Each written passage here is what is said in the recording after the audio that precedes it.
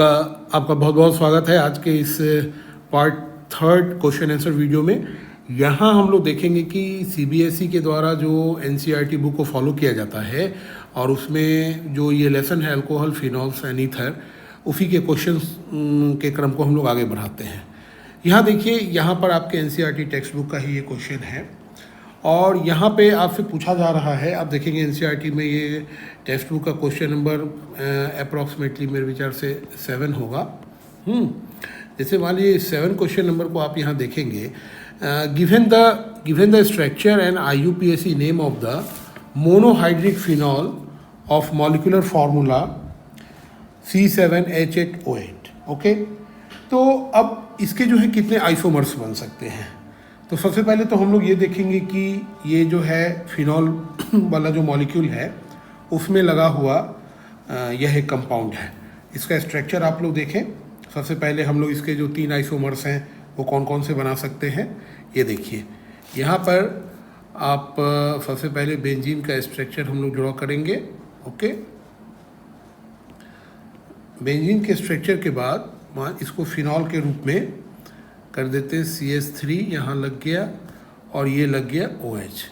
अब अगर आप कार्बन काउंट करेंगे तो यहाँ पर आपको 6 कार्बन तो बेंजीन रिंग में देख रहे हैं और ये एक 7 कार्बन हो गया। उसी तरीके से आपको 8 हाइड्रोजन दिख जाएंगे और एक ऑक्सीजन है। इसका नाम जो है हम लोग 2-मिथाइल फिनॉल हो गया, क्योंकि पहले दूसरे नंबर, ये पहला नंबर, ये दूसरा नंबर, दूसरे नंबर पे आपका मिथाइल लगा हुआ है। तो इसके अकॉर्डिंगली यहाँ पर इस तरह से इसका नाम हो जाएगा। ठीक है, आइए अब यहाँ पर इसके नामकरण को लिखने के क्रम में हम लोग लिखते हैं 2-मिथाइल फिनॉल,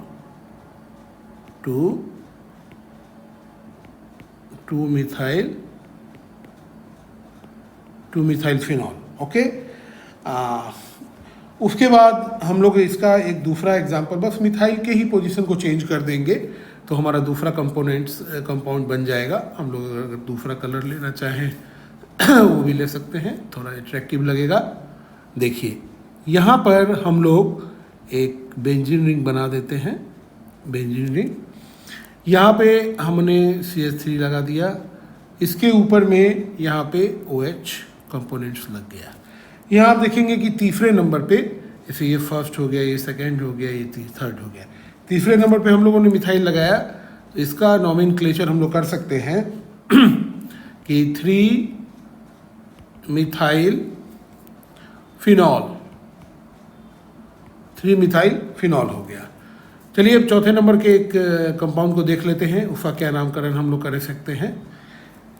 यहाँ पर हम लोगों का कंडीशन सेम रहेगा। यहाँ पर एक बेंजीन रिंग का निर्माण होगा। ये देखिए, यहाँ बहुत सिंपल तरीके से चलना है, बहुत ज़्यादा इसमें स्ट्रेस नहीं लेना है। यहाँ देखिए जो हम लोगों ने यहाँ चुना है, यहाँ OH हो गया। ओके, और पैरा पोजीशन पे जो है यहाँ पर आप लगा सकते हैं CH3। ठीक है, इस तरह से हम लोग लिख सकते हैं इसका 4-मिथाइल फिनॉल,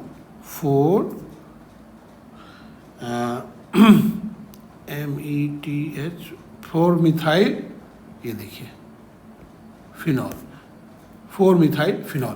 इस तरह से आपने देखा कि हमारे पास कितने आइसोमर बन गए, 3 बन गए, 1, 2 और 3। चलिए मुझे उम्मीद है कि आपको ये समझ में आया होगा। अब आइए हम लोग नेक्स्ट क्वेश्चन हमारा जो है वो 8 क्वेश्चन है। 8 क्वेश्चन के अंतर्गत हम लोग देखते हैं कि क्या पूछा जा रहा है।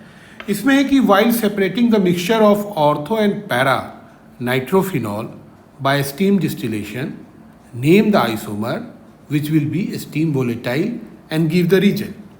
देखिए इसका एक ही रीज़न है, वो ये है कि यहाँ पर आप देख लीजिए ऑर्थो जो नाइट्रोफिनॉल है, पहले मैं उसका ऑर्थो नाइट्रोफिनॉल का स्ट्रक्चर में यहाँ लिख दूँ।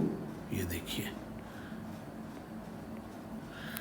यहाँ पे OH तो लग ही गया, ऑर्थो पोजीशन पे NO2 लग गया। और दूसरा है पैरानाइट्रोफिनॉल। अब पैरानाइट्रोफिनॉल को लिखिए थोड़ा स्ट्रक्चर में पलट दे रहा हूँ, इसको लेकर आप बहुत ज़्यादा कंफ्यूज नहीं करेंगे।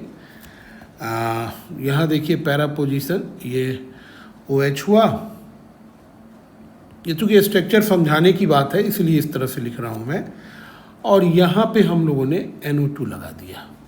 आप चाहे तो इसको सीधा भी लिख सकते हैं, चलिए हम आपको सीधा लिख के बताते हैं। बस वही सीधी हुई लिखी हुई चीज़ को हम लोग पलट दे रहे हैं। जैसे देखिए, यहाँ देखिए, ये हमारे पास फिनॉल है और ये OH है और यहाँ हम लोगों ने लगा दिया NO2। तो ये हमारा क्या हो गया, पैरा नाइट्रोफिनॉल, P नाइट्रोफिनॉल। ठीक इसी को हम लोगों ने इस तरह से पलट के लिख दिया है, इसलिए इसमें बहुत ज़्यादा कंफ्यूज होने की ज़रूरत नहीं है। यहाँ पर एक चीज़ गौर करेंगे, जब आप इस तरह के स्ट्रक्चर को लिख देते हैं तो अब कह रहा है कि mixture of ortho and para nitrophenol है और इसको आप स्टीम डिस्टिलेशन के द्वारा अलग कर रहे हैं। तो आप बताइए कि कौन से आइसोमर जो हैं वो स्टीम वोलेटाइल होगा। तो इसमें आप देखेंगे कि वैसे नाइट्रोफिनॉल जिसकी बॉन्डिंग मजबूत होगी वो वोलेटाइल नहीं होगा। तो अब सवाल उठता है कि किसका बॉन्डिंग मजबूत होगा। तो आप देखेंगे कि ऑर्थो नाइट्रोफिनॉल जो ये है, ओ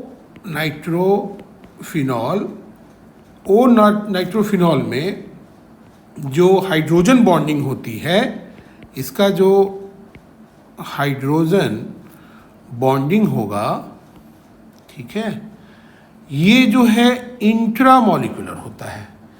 क्या होता है,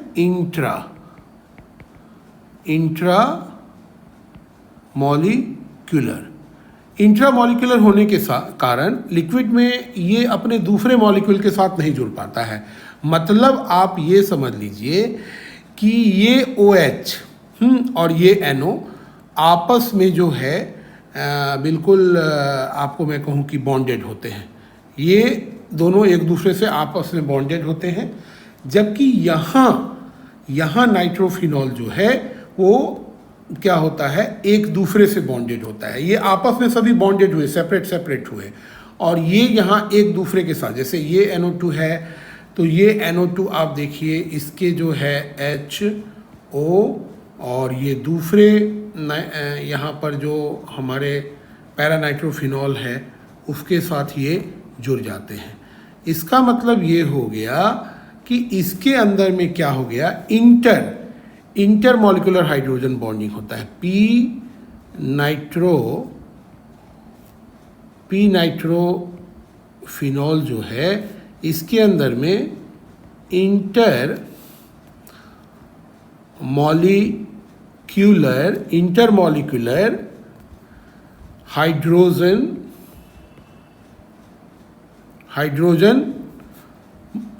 बॉन्डिंग होती है। तो ये बॉन्डिंग थोड़ा स्ट्रॉन्ग होता है और इसमें क्या है कि ये मॉलिक्यूलर लेवल पे ये इंट्रामॉलिक्यूलर ये हाइड्रोजन बॉन्डिंग हुई। इंट्रामॉलिक्यूलर हाइड्रोजन बॉन्डिंग होने के कारण ये सिर्फ मॉलिक्यूलर लेवल पे रहता है और ये जबकि पूरे के पूरे लिक्विड्स में चारों ओर फैल जाता है, तो इसीलिए इसकी बॉन्डिंग को ब्रेक करने के लिए स्ट्रॉन्गर फोर्स की ज़रूरत है, मतलब हायर टेम्परेचर की ज़रूरत है। इसके लिए हायर टेम्परेचर की ज़रूरत है, जबकि इसके लिए यहाँ जो ऑर्थोनाइट्रोफिनॉल है इसके लिए लोअर टेम्परेचर की ज़रूरत है। इसीलिए ये ज़्यादा वोलेटाइल होता है और P नाइट्रोफिनॉल कम होता है। ठीक है, तो रीज़न आपका स्पष्ट है, तो आप थोड़ा बार बार इसको सुनिएगा तो क्लियर हो जाएगा। आइए हम लोग नेक्स्ट क्वेश्चन देखते हैं। इसमें कह रहा है कि आपके पास give the equation of reaction for preparation of phenol from cumene. Cumene एक मॉलिक्यूल है ऑर्गेनिक का। इससे कह रहा है कि आप बताइए कि फिनॉल कैसे बनाएंगे। तो हम लोग अभी पहले देखते हैं कि भाई क्यूमेन लिखते कैसे हैं, व्हाट इज़ द क्यूमेन। देखिए इस तरह से हम लोग यहाँ एक फिनॉल बनाएंगे।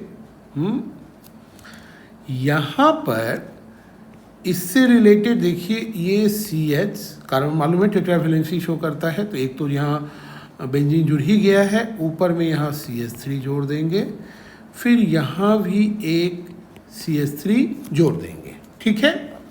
तो ये जो हमारे पास आया ये हो गया आपका क्यूमेन। इस क्यूमेन को आप देखेंगे कि जब हम ऑक्सीजन के प्रेजेंस में रिएक्शन कराते हैं तो हमारा एक कंपाउंड बनता है क्यूमेन हाइड्रोपेरोक्साइड। देखिए यहाँ इस रिएक्शंस को अच्छी तरह से लिखिए। ये देखिए बेंजीन ऑर्गेनिक केमिस्ट्री में आपके कंपाउंड का स्ट्रक्चर लिखना फॉर्मूला के साथ बहुत वाइटल है। आप जितना प्रैक्टिस करेंगे आपकी एक्सपर्टीज उतनी ही बढ़ती जाएगी। तो मुझे उम्मीद है कि इस बात को आप समझेंगे। तो ये जो हमारा कंपाउंड बना, ये बना क्यूमेन हाइड्रोपेरोक्साइड। Cumin hydroperoxide. अब देखिए इसका हम लोग क्या करते हैं कि इसको हम लोग एक एसिडिक मीडियम में हाइड्रोलिसिस कर देते हैं। यहाँ पर इसका हाइड्रोलिसिस हो गया एसिडिक मीडियम में। कौन सी मीडियम है इसका? एसिडिक। ओके। तो जब एसिडिक मीडियम में हम लोग हाइड्रोलिसिस करते हैं तो देखिए किस तरह के कंपाउंड बनते हैं। सबसे पहले तो यहाँ पर एक फिनॉल बन जाएगा, ठीक है, OH। ये हो गया आपका फिनॉल। और दूसरा जो ये कंपोनेंट्स पूरा ब्रेकअप होगा तो इसमें क्या करता है कि एक हाइड्रोजन, जैसे यहाँ से तो मान लीजिए ये पूरा जुड़ के इसके साथ तो यहाँ एक फिनॉल बन गया, लेकिन इसके बाद फिर एक कंपोनेंट्स यहाँ बन जाता है। ये कंपाउंड जो टूटता है ये वाला, मैं एक रेड कलर से थोड़ा इसको इंडिकेट कर दूं तो आपको ज़्यादा अच्छे से दिखेगा। ये देखिए ये वाला जो कंपोनेंट्स है इंक्लूडिंग दिस ऑक्सीजन, तो ये जो है एक दूसरा कंपोनेंट्स बन के यहाँ आ जाता है। ये हो गया आपका CH3 CO और यहाँ पे CH3। इसका नाम हो गया प्रोपेनॉन। ये कीटोनिक कंपाउंड हो गया। कौन सा कंपाउंड हो गया? ये देखिए ये कीटोनिक कंपाउंड हो गया। और इसका जो नेम हो गया ये हो गया प्रोपेनॉन। ये देखिए क्लियर है आपको अच्छी तरह से। तो आप इसको थोड़ा रिएक्शंस को देखिएगा थोड़ा बार बार, तो और लिखने की प्रैक्टिस करिएगा। सबसे ज़्यादा आपका जो यहाँ इंपॉर्टेंट और वाइटल पॉइंट है वो लिखना है। आइए अब हम लोग क्वेश्चन नंबर 10 पे चलते हैं। 10 कह रहा है कि right chemical reaction for the preparation of phenol from chlorobenzene. चलिए क्लोरोबेंजीन से भाई कैसे हम लोग फिनॉल बनाएंगे। बहुत फेमस सा रिएक्शन है, इसको डॉ रिएक्शन भी कहते हैं, ठीक है। देखिए इसको हम लोग किस तरह से बनाते हैं। आइए यहाँ देखिए, सबसे पहले हम लोग एक बेंजीन यहाँ लेंगे और ये हो गया आपका जी क्लोरोबेंजीन। कौन सा बेंजीन हो गया?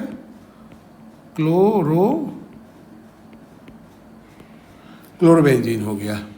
इसका रिएक्शन हम लोगों ने NaOH के साथ करवाया, टेम्परेचर रखा 623 केल्विन और 300 एटमॉस्फेरिक प्रेशर। ओके।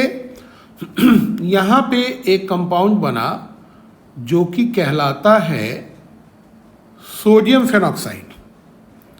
क्या हो गया? सोडियम का, सॉरी इधर एक सेकेंड, यहाँ नेगेटिव साइन होगा। हाँ ये देखिए ये आपका नेगेटिव और ये पॉजिटिव, तो ये हो गया जी आपका सोडियम फेनॉक्साइड। सोडियम फेनॉक्साइड हो गया। अब सोडियम फेनॉक्साइड को जब आप इसको भी हाइड्रोलाइज कराना होता है इन एसिडिक मीडियम, ठीक है, तो HCl और मतलब जो कि H+ को रिप्रेजेंट करता है और ये H2O, जब इसको हम लोग HCl की मदद से हाइड्रोलिसिस कराएंगे तो यहाँ हम लोग देखेंगे कि एक जो है फिनॉल यहाँ पे प्रोडक्ट के रूप में निकल कर आ जाएगा। देखिए फिनॉल आ गया। तो इस तरह से इस क्वेश्चन को मतलब इसके इतने सारे स्टेप्स को आपको फॉलो करना होगा। आइए अब हम लोग देखते हैं क्वेश्चन नंबर 11, आपके NCERT टेक्स्ट बुक का है। इसमें कहा जा रहा है कि write the mechanism of hydration of ethene to yield ethanol. भाई इसका मैकेनिज्म निकालिए कि किस तरह से होता है। तो देखिए इसमें हम लोग दो चीज़ें करते हैं। इसमें क्या होता है कि ये डायरेक्टली होता नहीं है। सबसे पहले क्या होता है कि हम लोग H2O को इथीन के प्रेजेंस में अगर हम लोग करेंगे तो ये डायरेक्टली नहीं होगा।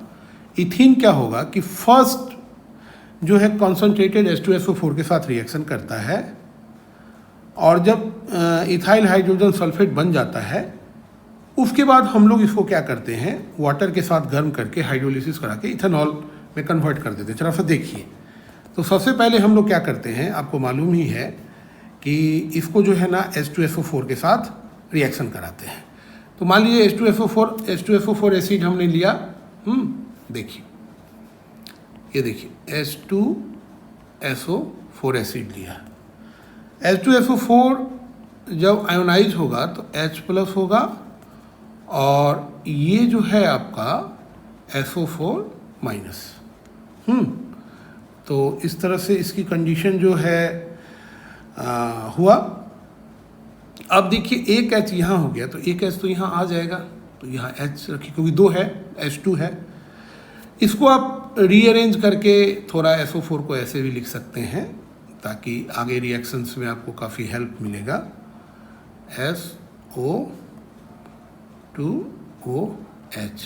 देखिए अब यहाँ हम लोग एक कंपाउंड ले लेते हैं जिसका नाम है इथीन। जान रहे हैं आप इसको। देखिए ये CH2 हो गया, डबल बॉन्ड CH2 और ये H+ के साथ रिएक्शन करेगा और यहाँ पर जो है इथाइल कार्बोकेशन बना देगा। देखिए CH3, ये हो गया आपका CH2, ये प्लस में ये बेसिकली क्या हो गया, ethyl carbocation. Ethyl carbocation.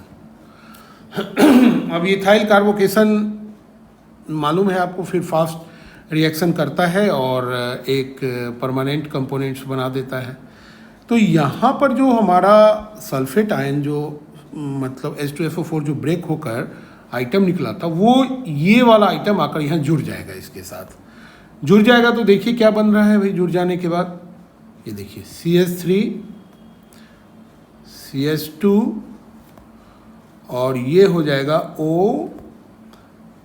SO2OH। पूरा नाम क्या हो गया इसका, इथाइल हाइड्रोजन सल्फेट। देखिए ethyl hydrogen sulphate, ethyl hydrogen sulphate हो गया। अब आइए हमारा नेक्स्ट स्टेप कहता है कि जब हम इथाइल हाइड्रोजन सल्फेट को वाटर के प्रेजेंस में बॉयल करते हैं तो ये हाइड्रोलिसिस में जाता है और उसके बाद इथेनॉल बना लेता है। तो देखिए व्हेन वी बॉयल, तो यहाँ हमारा कंपोनेंट है जो CH3, ये हो गया आपका CH2, ये O, ओके SO2, यहाँ OH हो गया। अब इसमें क्या होता है थोड़ा हम लोग देखेंगे कि जब H2O के साथ इसको जब हम लोग बॉयल करते हैं तो ये तो खुद ही पोलर प्रोटिक सॉल्वेंट है, तो ये यहाँ पर क्या करता है, अटैक कर देता है और इसके साथ जो कंपोनेंट बाहर निकलता है वो HSO4-। तो हमारा जो कंपोनेंट यहाँ बनकर रेडी हुआ वो CH3 CH2 ये देखिए O पॉजिटिव यहाँ लगा देंगे, 2 इधर, ये देखिए H और यहाँ एक H लगा देंगे। फिर इसमें से आप देखेंगे कि एक हाइड्रोजन इसमें से रिमूव होकर, एक हाइड्रोजन यहाँ से क्या होता है, रिमूव होकर ये फिर क्या करता है, आपको H2O में जुड़ जाता है और जुड़ जाने के बाद हमारे पास एक कंपोनेंट बना देता है, यहाँ से हट जाते ही CH3 CH2 और ये OH, और जो हमारे पास कंपोनेंट बन के आया निकल के H3O प्लस आयन, ये आपका हाइड्रोनियम आयन बन गया है, यहाँ देखिए। और यहाँ पर आप जो है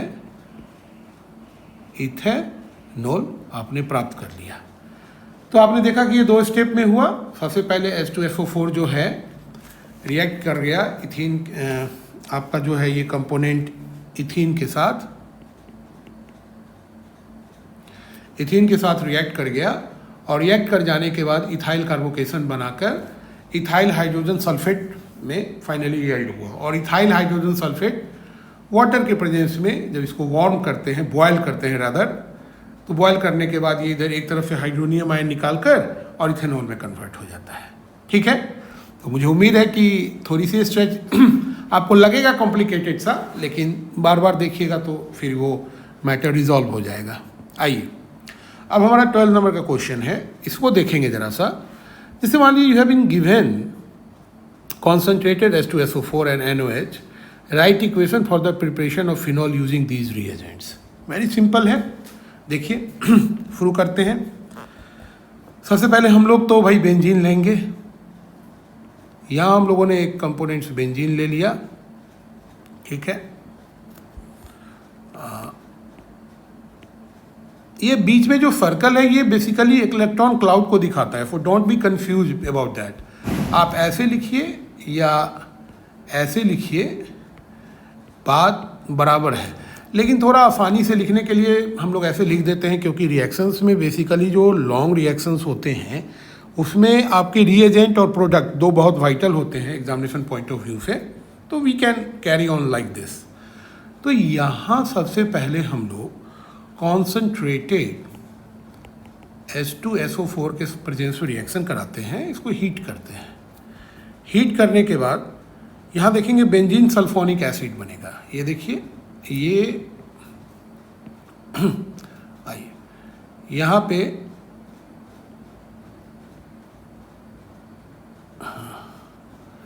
और यहाँ लग जाएगा SO3 और ये H।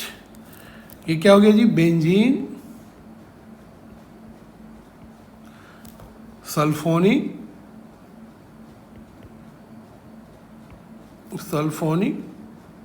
एसिड, ठीक है, बेंजीन सल्फोनिक एसिड हो गया। अब इसको रिएक्शन हम करवाते हैं किससे, देखिएगा, ये NOH के साथ कराते हैं। NaOH के साथ जब रिएक्शन कराते हैं तो इसमें टेम्परेचर हम लोग रखते हैं 573 केल्विन तक, ठीक है।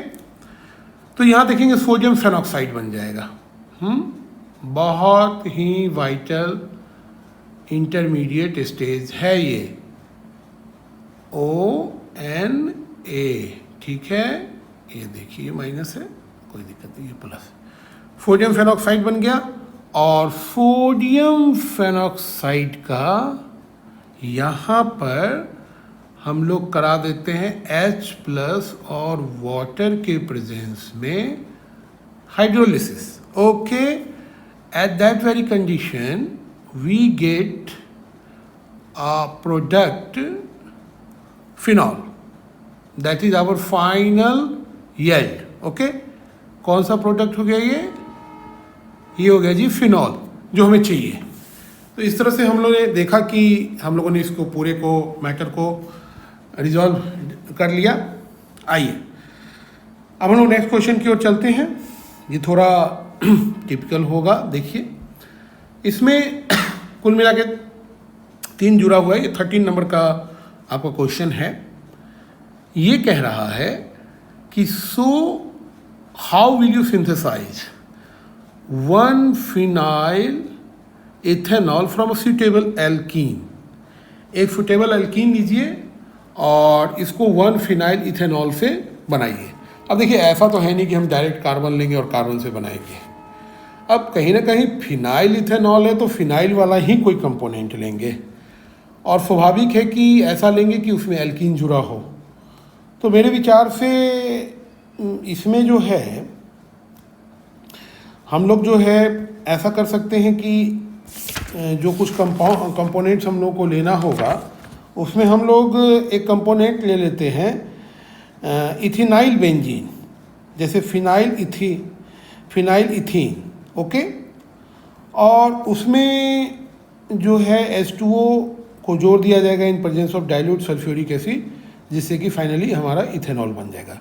तो वही हम लोग स्ट्रेटजी अपनाते हैं।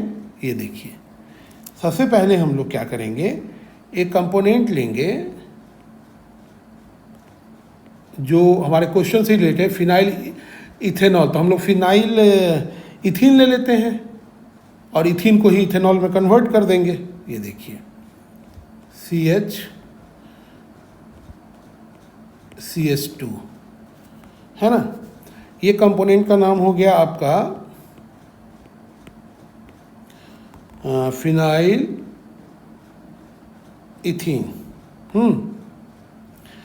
इसमें हम लोग क्या करते हैं, वाटर के प्रेजेंस में, वाटर को इस तरह से लिख दिया गया है ताकि आप देख सकें कि प्रॉपर रिएक्शन कैसे हो रहा है।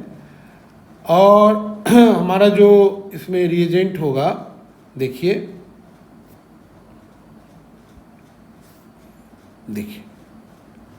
और ये जो होगा ये आपका डाइल्यूट क्या लेंगे हम लोग, H2SO4 लेंगे, ठीक है।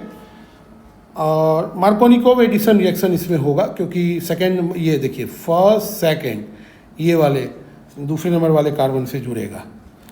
दूसरा नहीं कहिए इसको, ये कहिए फर्स्ट, और ये सेकेंड इस वाले कार्बन से जुड़ेगा। तो आप लोग कह सकते हैं कि ये यहाँ मार्कोनिकोव जो है एडिशन होने के चांसेज होंगे।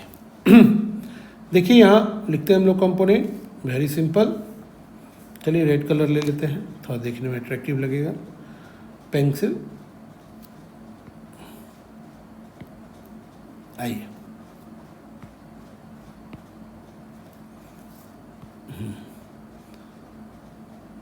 ये देखिए, ये फिनॉल हो गया, ये देखिए CH हो गया, यहाँ हो गया आपका CH3, और यहाँ आपका क्या लग गया, OH लग गया। OH लग गया तो क्या हमारा आंसर आ गया जी, देखिए आंसर हमारा आ गया ये जो हमारा पर्पस था 1 phenyl इथेनॉल हो गया। देखिए पहले कितना भारी सा लग रहा था, अब आसान सा हो गया। इसलिए थोड़ा फोकस करना है, चीज़ें हम लोग स्वयं सीख जाएंगे, कोई बहुत बड़ी चीज़ नहीं है।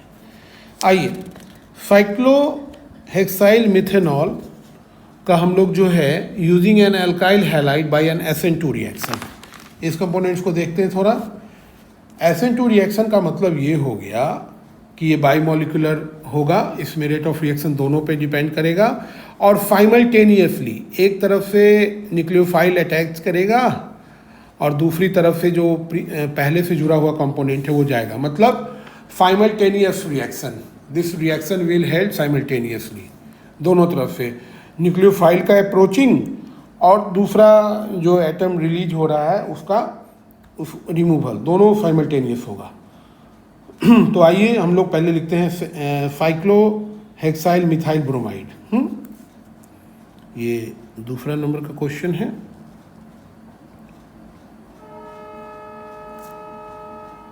ये देखिए यहाँ पे ये CH2 Br हम लोगों ने कर दिया,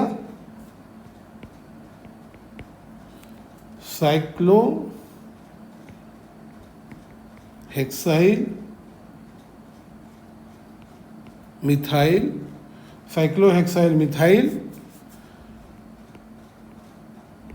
ब्रोमाइड। ठीक है, इसका रिएक्शन हम लोगों ने करा दिया जी NaOH के साथ।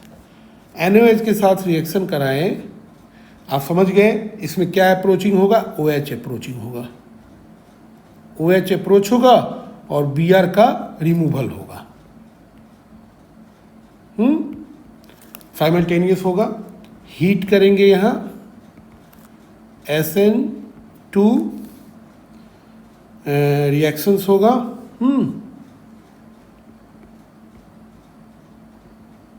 ठीक है, चलिए यहाँ पर आप कंपोनेंट्स देखते हैं।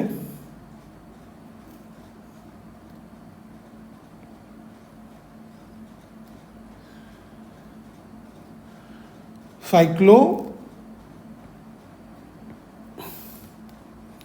हेक्साइल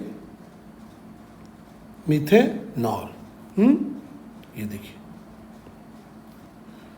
CH2, ये OH हो गया, साइक्लोहेक्साइल मेथेनॉल, और प्लस जो है हमारा NaBr बनकर निकल गया बाहर। तो इस तरह से ये क्लियर हो गया आपका, और इसमें मुझे नहीं लगता है कि आपको किसी तरह का कोई डाउट होगा। आइए अब जो है इसी में एक तीसरा जो रिएक्शन है और जो बहुत ही वाइटल है वो ये है कि पेंटेन 1 ऑल बनाना है using a suitable alkyl halide. Okay, हमारा जो कंपोनेंट्स है ये 3rd नंबर का है उसी में।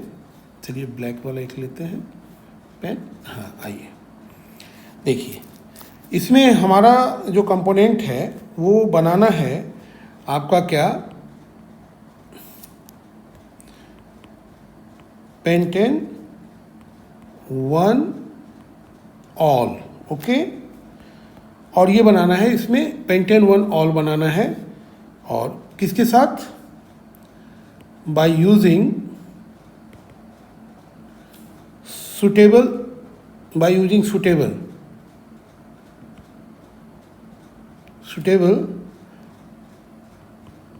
Alkyl halide. ये देखिए हमारा क्वेश्चन है, इसको हमें सॉल्व करना है। तो सबसे पहले हम लोग जो है एक काम करते हैं कि पेंटेन 1 ऑल है उसको बनाना है, तो हम लोग सीधा सीधी एक कंपोनेंट ले लेते हैं 1 ब्रोमोपेंटेन। अब उससे आसान क्या हो सकता है, यहाँ FN2 रिएक्शन मैकेनिज्म का हम लोग इस्तेमाल करेंगे। देखिए CH3 CH2, बहुत इजी सा क्वेश्चन है, और CH3 CH2 CH2 CH2 देखिए कितना हो गया, 1 2 3 4, और फिर एक यहाँ पे CH2 लगाकर Br कर देंगे। Very simple. यहाँ हम लोग NaOH ले लेते हैं, यही OH जो है हमारा न्यूक्लियोफाइल होगा, इसमें कंफ्यूज नहीं होना है। फिर उसी तरीके से यहाँ हीट किया जाएगा, SN2 रिएक्शन होगा। ठीक है, यहाँ हाइड्रोलिसिस के प्रोसेस से गुजरेगा, और गुजरने के बाद हमारा यहाँ पे फाइनल प्रोडक्ट आ जाएगा। प्रोडक्ट क्या आ जाएगा, वेरी सिंपल, बस Br हट के OH लग जाएगा, बाकी सब चीज़ सेम रहेगा। तो यहाँ देखिए CH3 CH2 CH2, कितने हो गए, 3 हो गए, ये देखिए CH2 1 2 3 4 और 5 CH2, और यहाँ OH लग गया। अब क्या हो गया, pentane 1 all, simple, pentane 1 all. Okay, और प्लस NaBr निकल गया। ठीक है, तो बच्चों आज आप लोगों ने काफ़ी कुछ रिएक्शंस देखे, काफ़ी इस वीडियो के अनुसार से मैंने बताने का कोशिश किया है। आप इसको बार बार देखिए और प्रैक्टिस कीजिए पेन एंड पेपर से। मुझे उम्मीद है कि आपको बिल्कुल कंफर्म हो जाएगा। Thank you.